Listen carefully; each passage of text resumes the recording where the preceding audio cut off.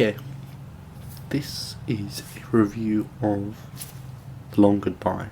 Now, before I launch into it, and I am going to be boring and read off the laptop, because otherwise I'm going to forget everything, I thought it would be fun, because I have been really enjoying Raymond Chandler recently, as I have been for a while, to rank every Raymond Chandler book. Now I did this because I heard there are only seven full-length books. I think I've read 6 of them, so I figured that can't be that bad. So I'm going to review, I keep saying so, but let's move on. I'm going to review, I think, all of them and then maybe rank them. That would be fun, right? So, yes, insert video title, ranking every Raymond Chandler book or something, you know, there. But today is The Long Goodbye, which is, well, it's a favourite, as you shall see. So, The Long Goodbye is it's a very deeply personal story for Philip Marlowe, our main protagonist, and the protagonist through every Raymond Chandler book.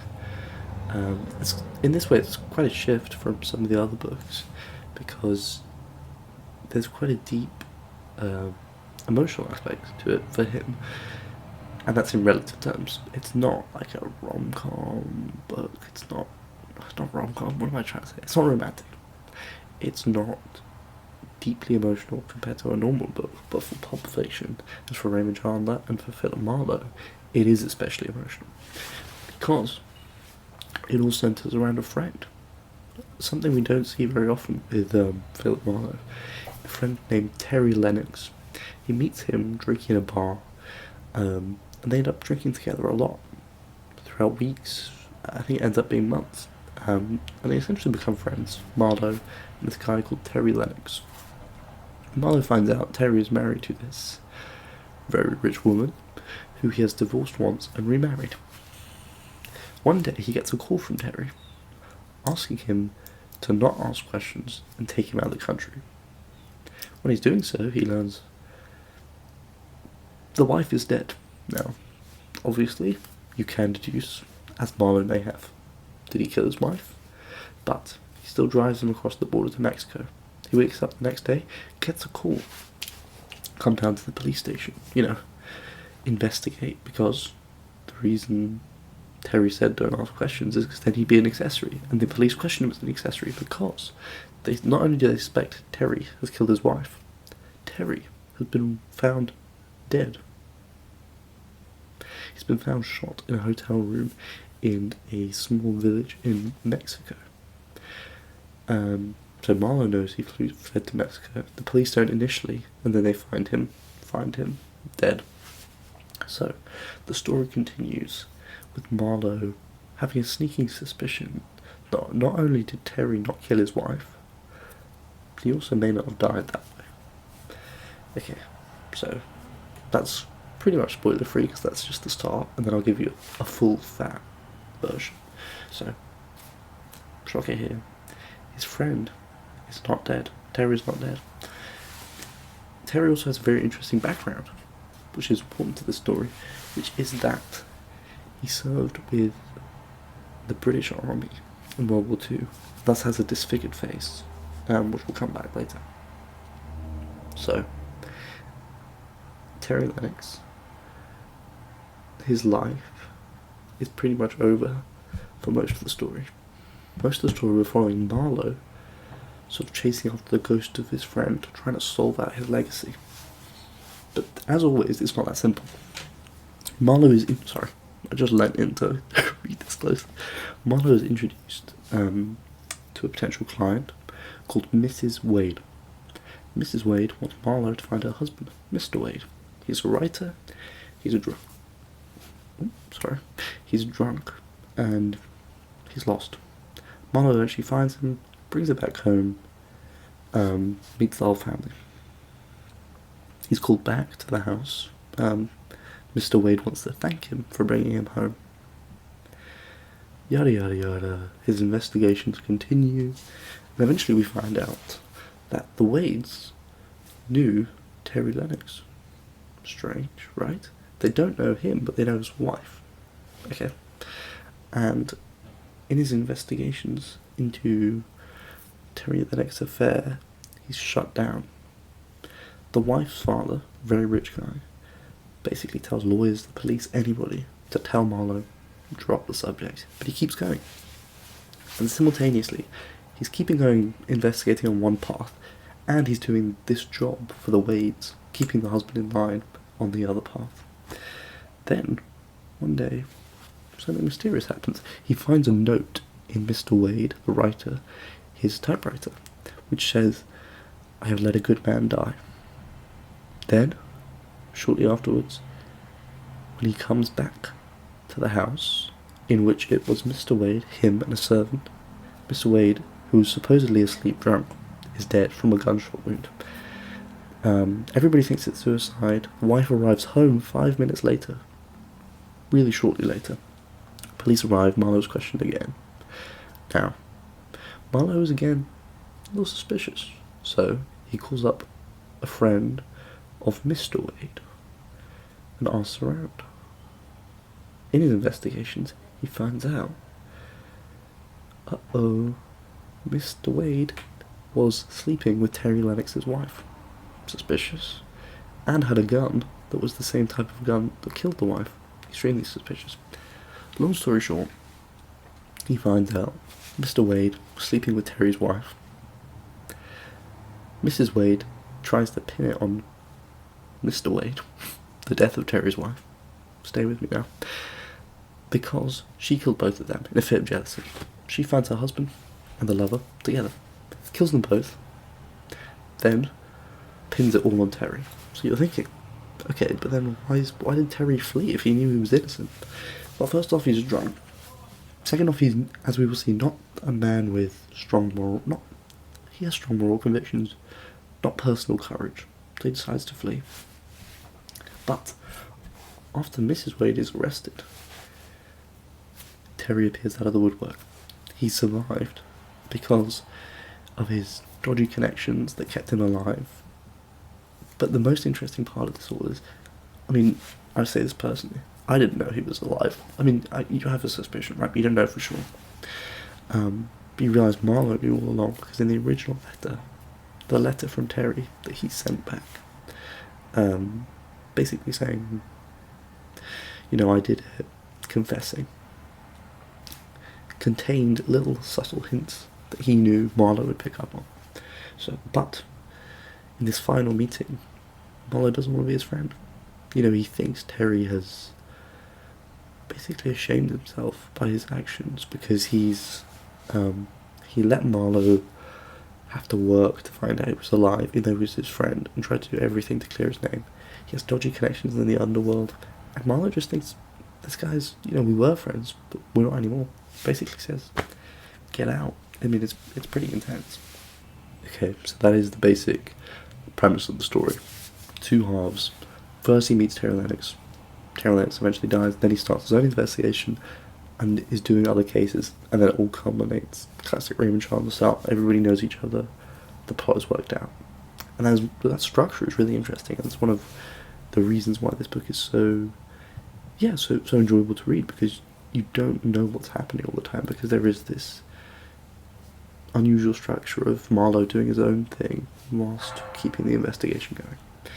Another reason why it's very interesting is this character of Terry Lennox has a background in England. And this is interesting because of Raymond Chandler's own background in England, who went to Dulwich here. Yikes. But also worked as a journalist in England. He has an extensive background in England, Raymond Chandler himself. So it's interesting that he places this character in one of his big books as, having a background in England too. I just thought it was fun. Yes. And the struggles that people face in this book, like many of the other books, are particularly reminiscent of Raymond Chandler's own struggles again, because he had oil businesses that failed after the Depression. And so you can see a lot of the struggles in this, like, alcoholism with Terry maybe, Marlowe's struggle with money, all of it you can see Raymond Chandler's own life experiences coming into play. Beyond the surface level stuff and Raymond Chandler's own life, that is a very interesting central theme and drive to this book that is, especially interesting.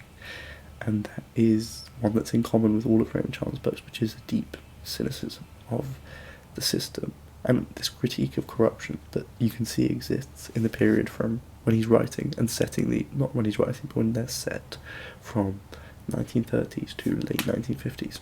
And corruption is a key part of California specifically, where this is set especially, and of the period especially, and that is central to these books. Post-World War II, California, it's a corrupt place, and you can see that critique of corruption played through Marlowe's cynicism constantly. And I think Chandler's attention to detail here is important, because he always, every chance he gets, he will make Marlowe make a wise quip about why the police won't find this, or he has a whole story in another book about how the police pin a crime on a servant because the rich family of the deceased person wanted the whole thing cleared up. Stuff like that is constant, and it happens here too. The rich father of the dead wife wants it all covered up, doesn't care about his daughter, just doesn't want any publicity. I mean, there's a constant critique of wealth and corruption throughout all of these books. And then beyond that, there is the personal critique coming from Marlowe of, the system. So he has constant witticisms about police and the justice system, and these earn him disdain, anger, annoyance from cops, lawyers, judges, everybody he comes across. As I said, it's a theme across all of the Chandler books, but it's much more explicit in this book, and it's interesting because of the character of Marlowe. He's cynical. More importantly, it's for a reason. He used to be a cop, which we're told here specifically by another cop. And it's referenced a few times. So there's a background to that cynicism.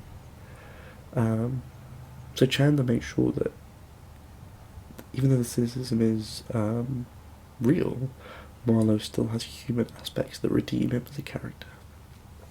So Marlowe's never perfect. He's always grumpy. He's very stubborn.